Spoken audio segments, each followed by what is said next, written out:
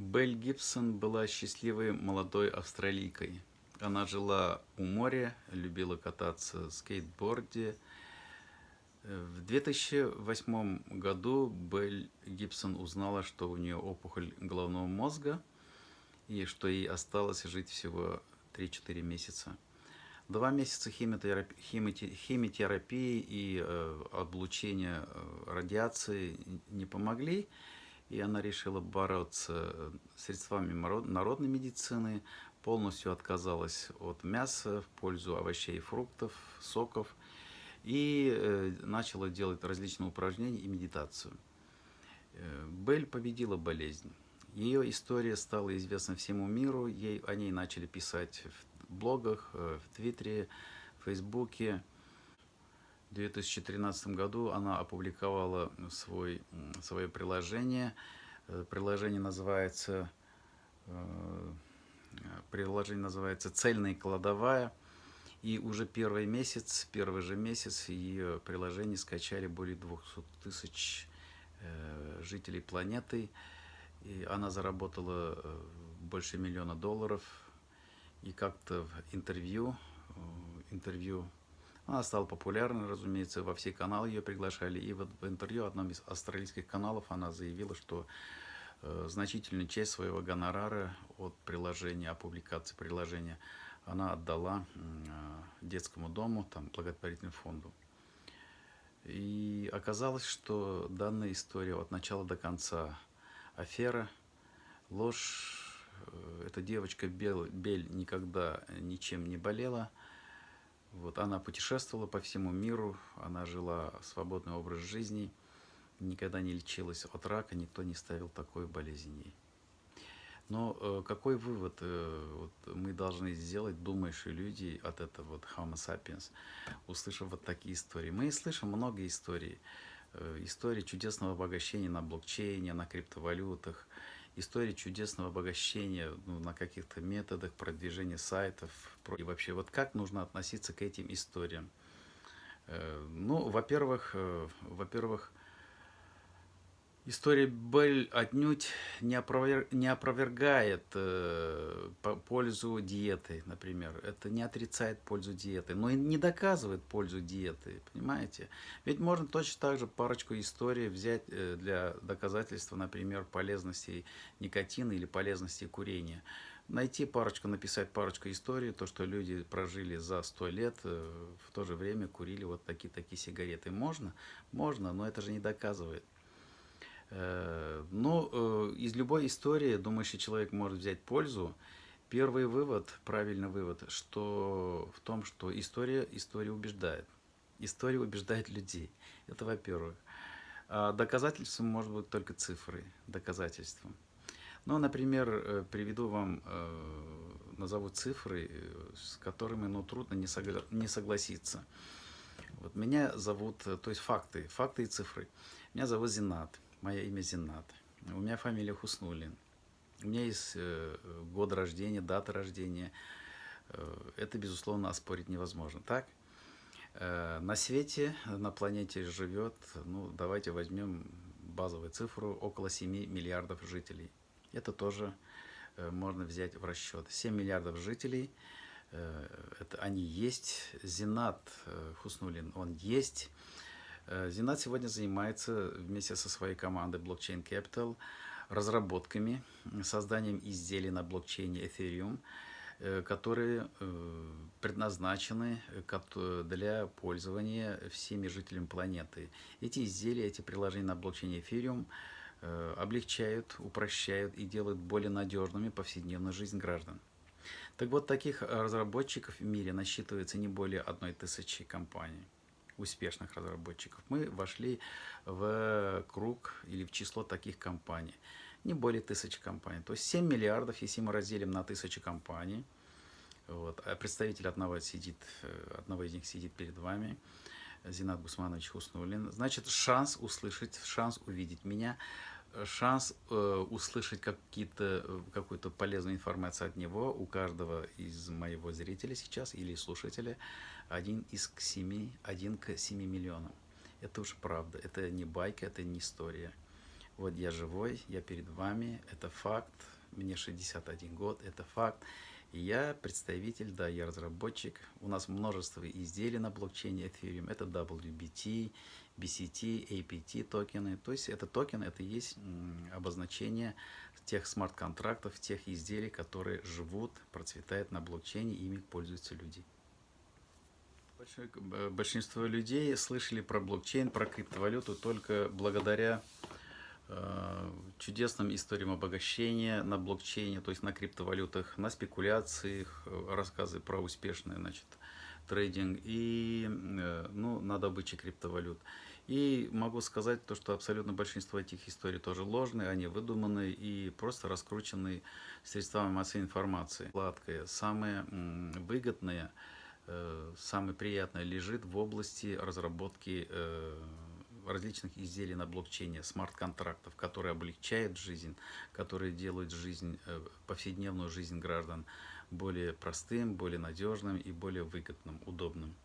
Вот созданием таких изделий занимается компания Blockchain Capital. За 2 года, с 2017 по 2019 год, стоимость, цена биткоина выросла минимум от 8 до 17 раз. Смотря какой месяц вы покупали и вот когда в этом году вы могли бы теоретически продать от 8 до 17 раз. А капитализация рынка выросла в среднем от 30 до 59 раз. То есть в любое время мы могли с вами купить только биткоин, например, и мы выиграли бы как в среднем, допустим, 10 раз. 10 раз. В то же время, если бы у нас был бы, например, такое изделие на блокчейне или, допустим, универсальный мультивалютный кошелек или какой-то индекс, который отражает практически всю стоимость всего рынка криптовалют, то инвестируя, то есть покупая вот такой токен, мы могли бы выиграть более 30 раз. И при этом, когда мы инвестируем, используя диверсификацию, то есть не покупаем одну какую-то валюту, а покупаем практически все виды валют. Кстати, первые топ-20 валюты занимает сегодня на рынке по величине 95% рынка. Так даже первый топ-20 валют нам достаточно было бы, чтобы диверсифицировать, то есть избавиться от рисков, вот, от внезапных скачков цены и получить больший экономический эффект.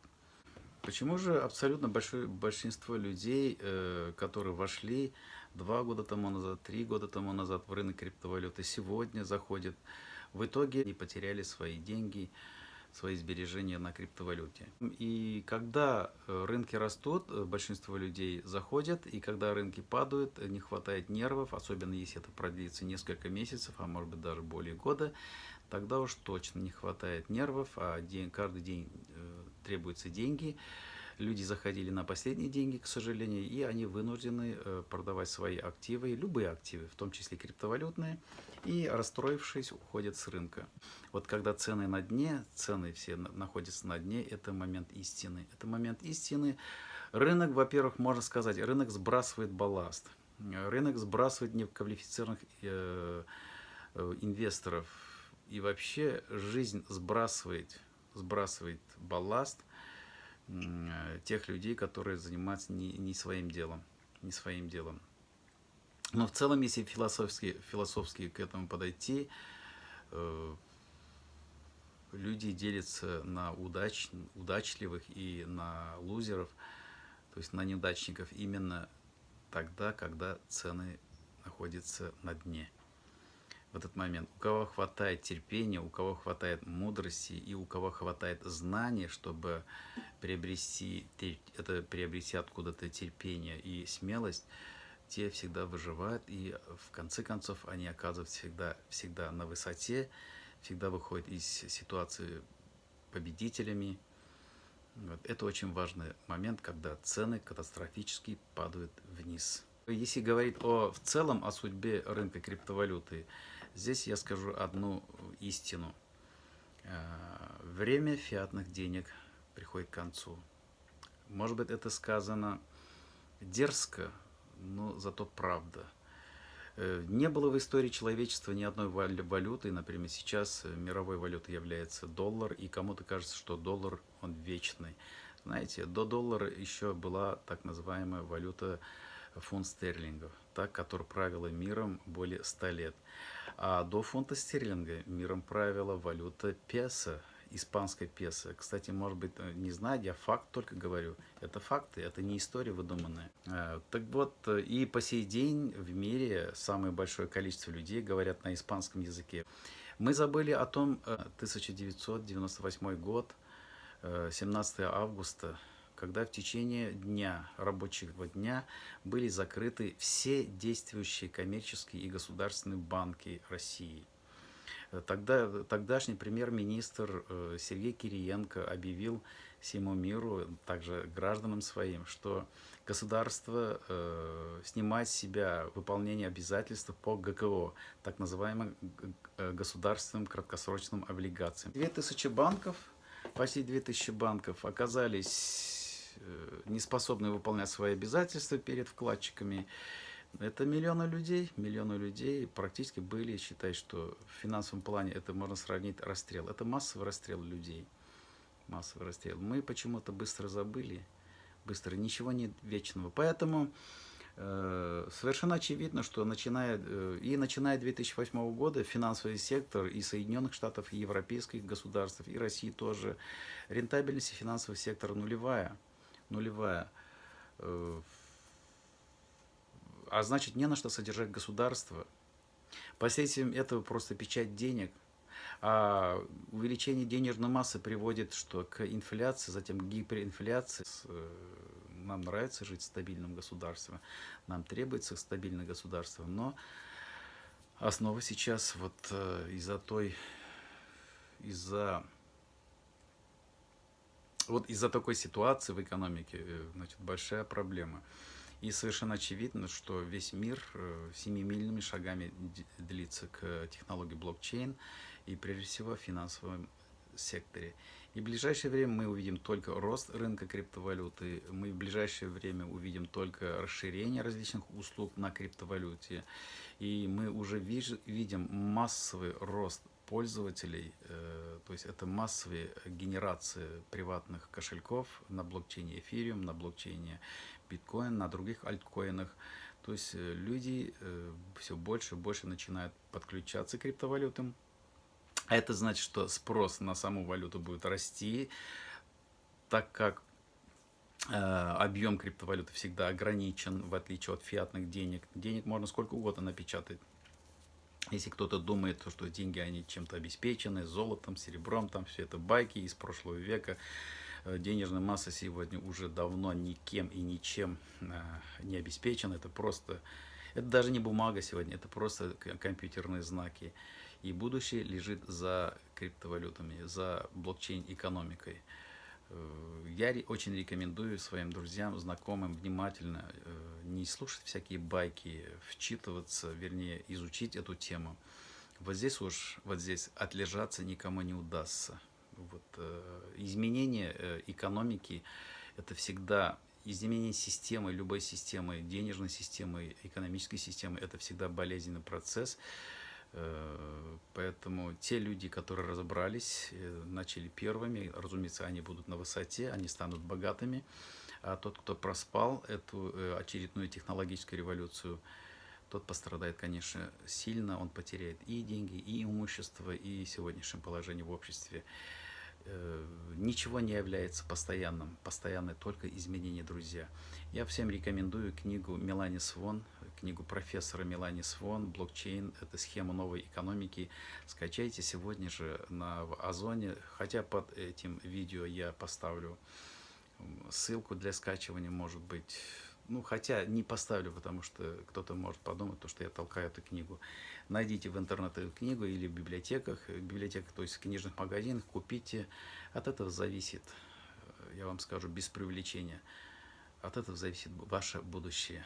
Верить различного рода историям не нужно, надо разобраться в фундаментальных причинах развития того или иного процесса. Сейчас во дворе очередная технологическая революция. Это технологическая революция, у него 3 кластера. Это геном человека, то есть медицина, кардинально другая медицина, медицина уже 21 века. Это искусственный интеллект, но на первом месте лежит технология блокчейн. Огромное количество людей однажды утром проснутся и обнаружат то, что их деньги, которые лежат на счетах обычных банков, в наличном виде, в виде наличности, уже не востребованы. Так было, так, к сожалению, будет. В этом даже сомнений нет. А другие в этом плане, разумеется, получат огромное конкурентное преимущество. Я вижу сейчас, как семимильными шагами развиваются технологии. Все уже практически решается на ладони через наши гаджеты. Получить любую информацию, любую справку, купить билет. Все это делается, не отходя, как говорится, от кассы, сидя за чашкой кофе. Вот недавно я еду из Москвы в Санкт-Петербург, и уже осталось до отхода моего поезда буквально несколько минут. Я обнаружил то, что я заранее купил билет не на ту дату, потому что это был ночной рейс, 0 часов 27 минут. То есть я 0 часа 27 минут перепутал дату. Оказывается, мой поезд ушел уже 12 часов тому назад. Бывает. Что делать? А утром у меня очень серьезная встреча буквально. Меня ждали более 300 человек. Я же не могу позволить себе опоздать. Подхожу к кассе в Ленинградском вокзале, а тут узнаю, что билетов из Москвы в Санкт-Петербург достать на пятницу, субботу, воскресенье очень проблематично. Мне сказали, что билеты вы не купите. Ну, на всякий случай я чуть-чуть отошел от очереди. Там стояли потные, взъерошенные, нервные, на нервах люди. Открываю свой мобильный телефон, захожу в приложение РЖД. Уже через 15 минут пил кофе, разговаривал, дружил, то есть знакомился, и вагон тронулся. Вот это и есть пример технологического преимущества. Больше всего я боюсь оказаться ностальгирующим Homo sapiens, стариком, неважно сколько мне будет лет, который озирается вокруг себя, ничего не понимает, что происходит, как люди живут, как зарабатывают. Это страшнее всего. Отстать технологически отставание. Это катастрофа, друзья. Берегите себя. Поэтому изучайте технологию блокчейн. Это очень серьезно. Да, каждый из нас сегодня понимает опасность, что какая-то опасность приближается к нашим денежным вкладам. Мы-то думаем, то, что у нас в банке, например, есть деньги, но возможно, что банкир так не думает.